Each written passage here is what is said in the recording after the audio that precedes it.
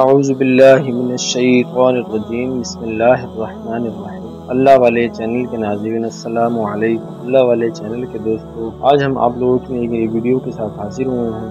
دوستو آج ہم آپ کو بتائیں گے قومی ہیرو سوریہ بادشاہ پر پیر صاحب پغارہ ششم کے بارے میں۔ تو دوستو اس ویڈیو کو آخر تک دیکھیے گا، اور ویڈیو پسند آتی ہے تو کمنٹ کریں، لائک کریں تاکہ ایسی معلوماتی ویڈیو آپ لوگ لے کر آئیں۔ تو دوستو چلتے ہیں ویڈیو کی طرف۔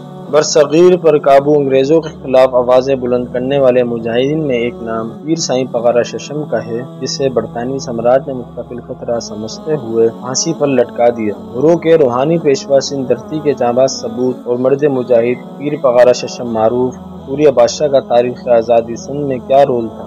وطن یا کفن اور آزادی یا موت کا نعرہ مستانہ لگاتے ہوئے انگریزوں کے خلاف لڑنے والے پیر پغارہ شہید کی داستان شجاعت کیا ہے؟ تو دوستو آج ہم جنگ آزادی کی ایک اور ہیرو پیر ثبت اللہ شاہ راجدی کے لازوال قربانیوں کے بارے میں جاننے والے ہیں۔ اگر یہ ویڈیو آپ کو پسند آئے تو لائک کریں اور سبسکرائب کرنا نہ بھولیں تاکہ آئندہ آنے والی ویڈیو آپ کو مل سکے۔ آج سے تقریباً 150 سال قبل پورے ہندوستان پر انگریزوں کا قبضہ تھا، جب کئی بڑے بڑے نواب جبے کبے پہننے والے گدیوں کے سجادہ نشین انگریزوں کے تنخواہ کار بنے ہوئے تھے، لیکن ایسے حالات میں بھی چند دیوانے تھے جن کے دلوں میں جذبہ جہاد زندہ تھا اور وہ برطانوی سماعت کے خلاف لڑ رہے تھے۔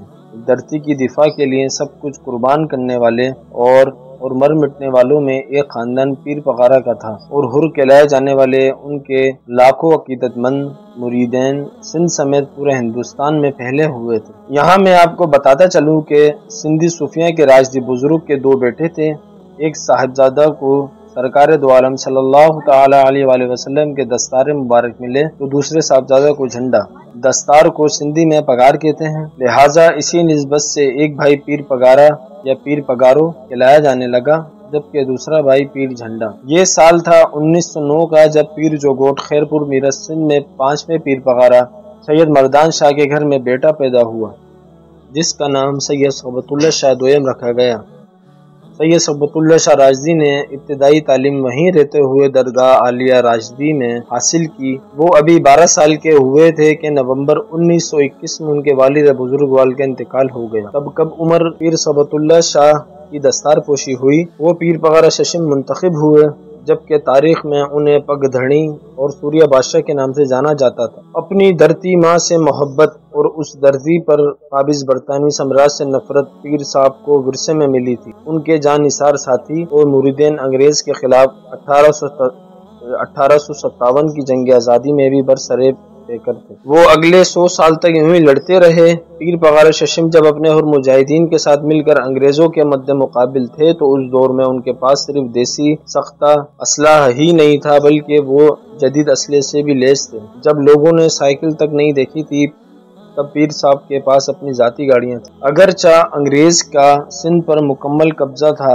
لیکن پھر بھی ہر مجاہدین اور پیر پغارہ ششم کی صورت میں ان کے لیے ایک مستقل خطرہ موجود تھا۔ برطانوی سامراج کا خاتمہ اور فرنگیوں کو اس ملک سے نکال باہر کرنا، یہی پیر صاحب پغارہ کا عزم تھا، جو دشمن کی آنکھوں میں کھٹک رہا تھا۔ اور حر تحریک کو ناکام بنانے کے لیے برطانوی حکومت نے پیر صاحب کو قتل کے جھوٹے مقدمے میں گرفتار کر لیا تھا۔ تب پیر صاحب کے مقدمے کی پیروی کرنے والے قائد اعظم محمد علی جناح تھے، مگر پھر بھی انگریزوں نے پیر صاحب کو 10 سال قید کی سزا سنا دی اور انہیں مارچ 1930 میں ممبئی سے 325 کلومیٹر دور رتنا گیری کے جیل میں قید کر دیا گیا۔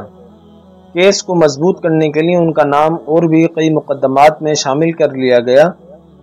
بعد ازاں جواں سال پیر پغارہ کو راجشاہی اور ڈھاکہ اور مدنہ پور کے جیلوں میں شفٹ کیا گیا۔ 6 سال تک پابندی سراسل رہنے کے بعد 1936 میں 27 سالہ پیر پغارہ کو ناگپور جیل سے رہائی ملی تو ایک بار پھر سے ان کی تحریک میں جان آ گئی۔ سوریہ بادشاہ اپنے آبائی علاقے پیر جوگوٹ میں پہنچے تو وہاں وطن یا کفن، آزادی یا موت کا نعرہ مستانہ بلند کرتے ہوئے ایک بار پھر سے میدان امن میں اتر آئے۔ دوسری جنگ عظیم کے دوران سوریہ بادشاہ جب ریڈیو سے خبریں سنتے تھے کہ نازی جرمنی ہٹلر کی افواج نے برطانیہ پر حملہ کرتے ہوئے لندن شہر میں تباہی مچا دی، تو وہ اپنے اور مجاہدین کو بتایا کرتے کہ حالات ایسے بن چکے ہیں کہ انگریزوں کا بر صغیر سے نکلنا واضح ہے۔ اور انشاءاللہ جلد میری قوم کو آزادی نصیب ہوگی۔ یہ وہ دور تھا کہ جب سوریہ بادشاہ اور ان کے حر سپاہیوں سے انگریزوں کی جھڑپیں ہوتی رہتی تھیں اور فرنگیوں کا جینا حرام ہو چکا تھا۔ ایسے میں برطانوی سرکار کی جانب سے پیر صاحب کو گرفتار کرنے کے آرڈرز آئے۔ انہیں اکتوبر 1948 میں کراچی سے گرفتار کرتے ہوئے جیل کا مہمان بنا لیا گیا۔ پیر صاحب کی گرفتاری برطانوی سامراج کو بہت مہنگی پڑی، کیونکہ ان کے حر مجاہدین نے اپنی کارروائیاں اور تیز کر دی تھیں۔ جب حالات کنٹرول سے باہر ہونے لگے تو سندھ میں مارشل لا لگاتے ہوئے حر ایکٹ نافذ کر دیا گیا۔ اس ایکٹ کے مطابق سپاہیوں کو یہ اختیار دیا گیا کہ جہاں بھی حر مجاہدین نظر آئے انہیں فوراً گولی مار دو۔ حر تحریک کو طاقت کے بلبوتے کچلنے کے لیے ٹینک اور توپیں تک استعمال کی گئیں۔ انگریزوں کے تنخواہ داروں نے حر مجاہدین کے اہل خانہ پر ظلم و ستم کی انتہا کر دی اور بستیوں کی بستیاں جلا ڈالی اور لوگوں کی پکڑ دکڑ شروع ہو گئی اور حراستی کیمپوں کو بے گناہ لوگوں سے بھر لیا گیا۔ پھر جب انگریز سرکار کی جانب سے پیر صاحب کو یہ آفر کروائی گئی کہ ہم آپ کو سکر سے لے کر نواب شاہ تک اپنی ایک پوری ریاست دینے کے لیے تیار ہیں، لیکن آپ اور آپ کے عقیدت مند ہتھیار پھینک دیں اور ہم سے دوستی کر لیں، تو پھر سوریہ بادشاہ نے جواب دیا کہ جب تم مجھ سے سودے بازی کرتے ہو تو محسوس ہوتا ہے کہ مجھ میں سے حسینیت خارج ہو رہی ہے۔ انہوں نے انگریزوں کے تمام تر آفر کو یکسر مسترد کر دیا تو ان پر بغاوت کا مقدمہ چلایا گیا۔